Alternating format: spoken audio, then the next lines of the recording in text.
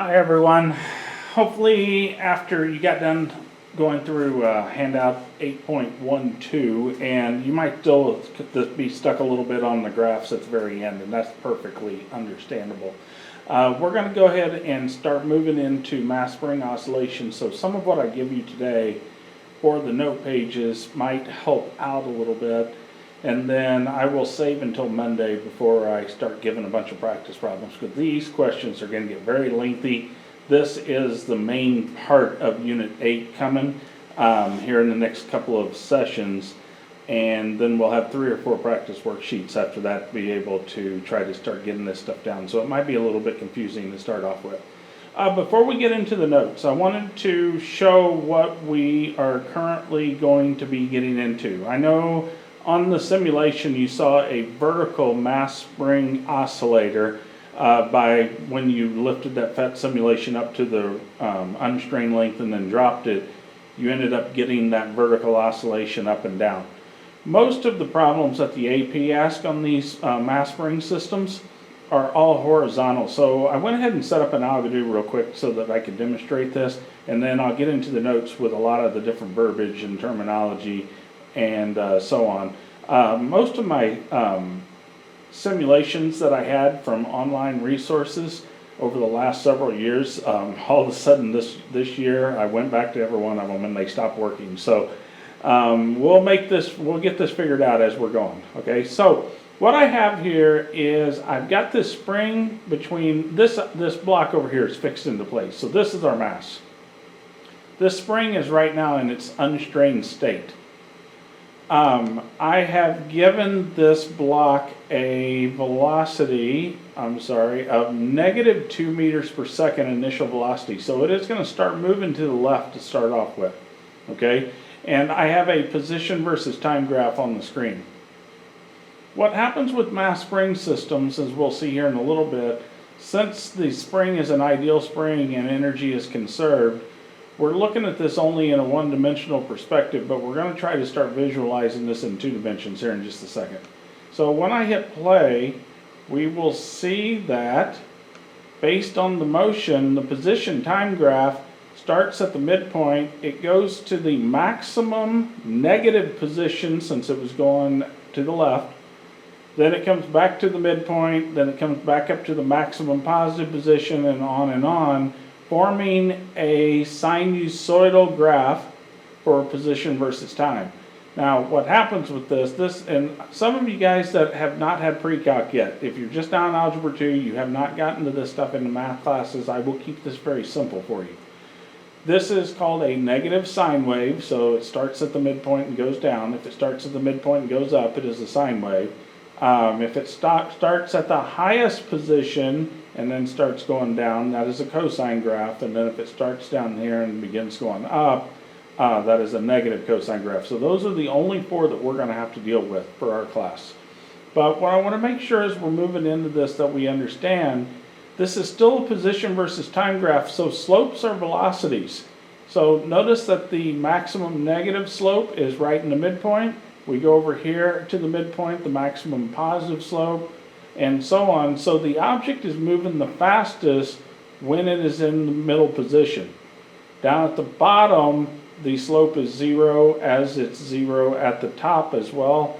So the object comes to rest momentarily when it gets to the maximum compression and the maximum stretch distance as it goes back and forth. So as we get moving forward, this is kind of what we're getting into, so I don't want to lose track of anything else. This is still just a position versus time graph, slopes, velocities, so on and so forth. We've solved for everything individual. We just now got to put all of this together. All right, so what I'm going to do is switch over to OneNote. So what we're going to be talking about for the next about week and a half or so is a concept called simple harmonic motion. I will use a couple of different terms for this. I may say periodic motion. Basically, for any harmonic motion to occur, there has to be some type of conservative restoring force that causes the motion to be repeated over and over again with no loss of energy. So if we think back to what we have learned up to this point in our physics tenure, We have only talked about two conservative forces really when it pertains to our conservation of energy statements. We started off with gravity, and an ideal spring offers a conservative force as well because it's repetitive over and over again. So basically at this point, the only two types of harmonic motion that we can generate would be from a spring and then from gravity, and if you think about a pendulum motion going back and forth, which will be the next topic we get into later on next week, that is the other form of harmonic motion that we'll talk about. All right, so a couple of old terms. Repetitive cycle that has a specific period. All right, so remember when we talked about period of rotation, which we'll get into rotation here in the end, we used an uppercase T to represent this. And the inverse of period is the frequency. So 1 over T equals F. One term that you'll see, or a unit that we'll use a lot, when we're speaking of frequency, we'll use the unit hertz. Frequency has a unit of just an inverse of seconds, since it's 1 over T. But 1 cycle per second has a frequency of 1 hertz. So we'll use Hz as the unit for frequency from here on out. So this is what's going to be a little confusing if you have not been in pre-calc yet. I provided another video that kind of shows this that another guy made, and it's a little annoying, I'm not going to lie to you, but those of you who haven't had pre-calc, it might help you out a little bit. When we talk about periodic motion or simple harmonic motion, we can view it in one dimension, just like we saw with the Algodo. So with the Algodo, all of this, sorry, I clicked on the wrong thing. With the Algodo, this was all in one dimension on the x-axis. The PhET simulation that you guys did, that was all in one dimension on the y-axis. But if we put the two dimensions together, we can form a reference circle. And like I said, it's hard to visualize this unless I actually had a simulation to show you how this works. When we put the two-dimensional components of the motion together, the object will move about this reference circle. So even though it's only moving on the x-axis or only on the y-axis, if we trace the motion out in a circle, we will have an object that is moving in uniform circular motion. And remember back in Unit 6 when we talked about uniform circular motion, that means that the object is moving with a constant angular velocity. So omega is simply theta divided by time. Now, we start thinking about one cycle, and one cycle has 2 pi radians divided by time, or it can also equal 2 pi times the frequency. Okay, so once again, this is going to be difficult for some of you guys to understand because we're looking at something moving in one dimension, but we're treating it as a two-dimensional object that has an angular velocity. Also, for the time intervals, we may be moving from position A here to position negative A, but when we're talking about it moving in a circle, as it goes from position A to negative A back to A, it goes through 2 pi radians. Alright, so let's look at how this was going to map out with a vertical system, and I kind of put this up here. This will also help you out with 8.12 if you guys messed up on the graphs. This shows a vertical mass spring system that has been raised to its unstrained length here at the highest point. The equilibrium position is here, and then remember the maximum stretch distance is going to be twice this distance from the equilibrium position as we showed in one of the earlier videos. So this one is starting from the maximum Y position. I don't like the fact that they use an X here, but this is the maximum Y position, and it's being dropped from there. So the position versus time graph forms a cosine graph. Now, we'll get into this more detail later. This is more for the calc kids. We should know by now that velocity is the derivative of position is the first derivative of your position time equation. So it should make sense that the position graph is a cosine graph. That means the velocity graph is going to be a negative sine graph because negative sine graph is the derivative of the cosine graph. Now we also take the second derivative of position time graph and we get acceleration. And we take the derivative of the velocity versus time graph, a negative sine, and the derivative is a negative cosine graph. I'll walk through this stuff on the board with you guys in the next video, so you won't have to have this memorized for now. Okay,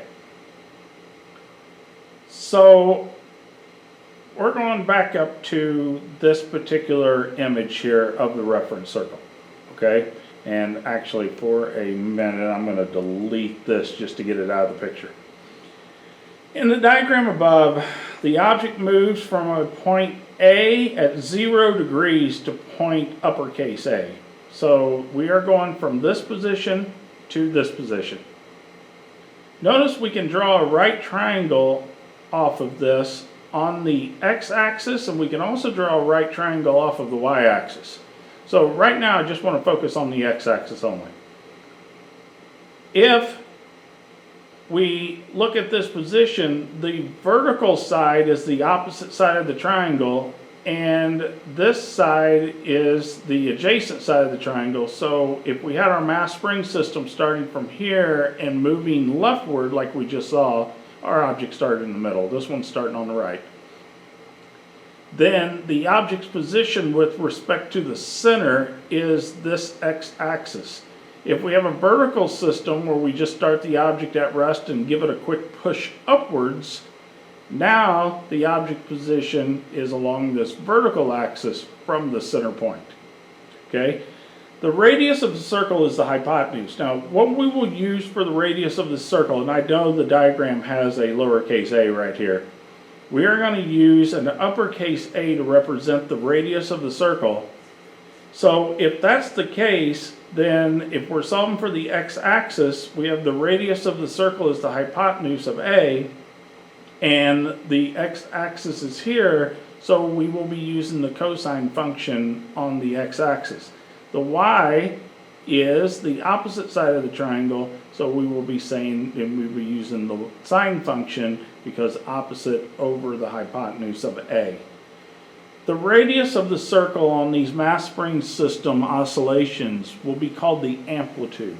The amplitude is simply, for a mass spring oscillator, going to be the maximum stretch or compression distance of the spring based on the relaxed state of the spring. So on the diagram that I have here, if we started this spring, let's say it was right here in the middle, we pull it back to point A and let it go, the spring will go oscillate between A and negative A while the relaxed state is still in the center here. Alright, so once again, the maximum displacement from the resting state is called the amplitude. This is the same as the radius of the circle. So if we look at the derivation of the x and y positions, remember sine of theta is opposite over hypotenuse, so the opposite side is side y, and the hypotenuse is the amplitude. So if we rearrange this to solve for the y position, y equals a sine of theta.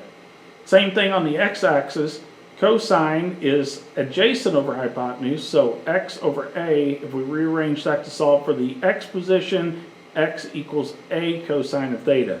Now, here's where it gets a little tricky again. Since we're viewing this as a circular motion, we should recognize by now that theta is the angular displacement of the object. And since we're looking at this as uniform circular motion, omega is simply theta over t.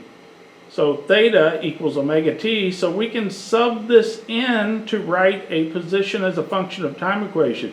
So if I wanted to find the position y as a function of time, I'm just simply going to say that y equals a sine of omega times time. Now, how we find that omega, I will come back to that later on here in the next video, and we will kind of work through some of those practice problems on that. We'll go ahead and provide these things, but this is the period equation. I'm not going to get into it yet, and we'll talk about the energies of the mass spring oscillator as we go on some of the practice problems on the board as well. Okay, that is really all I want to get accomplished for today. So as far as the notes are concerned, let's just go through this C6 as of right now, and we will start looking at some of these oscillators as we go from here. Okay, see you next time.